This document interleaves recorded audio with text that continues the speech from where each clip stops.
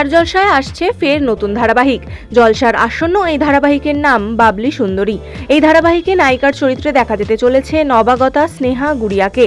তাকে dance Bangla dance reality শোয়ে দেখা গিয়েছিল প্রতিযোগী হিসেবে।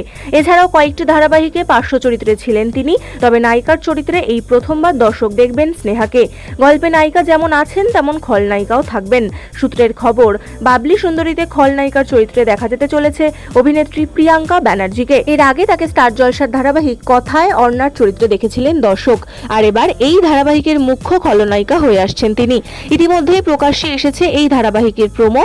প্রথম ঝলকেই স্পষ্ট, বাবলি সুন্দরী বাকি সমস্ত ধারাবাহিকের তুলনায় বেশ আলাদা হতে চলেছে। গল্পের নায়ক হিসেবে থাকছেন হানি বাফনা। বাবলি সুন্দরী ধারাবাহিকে একজন সিঙ্গল ফাদার হিসেবে দেখা যাবে তাকে। তার বিপরীতে তার প্রথম স্ত্রী হিসেবে থাকবেন অমৃতা দেবনাথ। এছাড়াও গল্পে থাকছেন শ্রীনিকা ও বিয়াস ধর। এছাড়াও এই ধারাবাহিকের মাধ্যমে বহু বছর পরে ছোট পর্দায় দেখা যাবে অভিনেত্রী পুষ্পিতা মুখোপাধ্যায়কে। তো বন্ধুরা, এই বিষয়ে তোমাদের কি মতামত জানাতে পারো কমেন্টে। আর এরকমই অনেক নতুন আপডেট পেতে সাবস্ক্রাইব টলিফেস।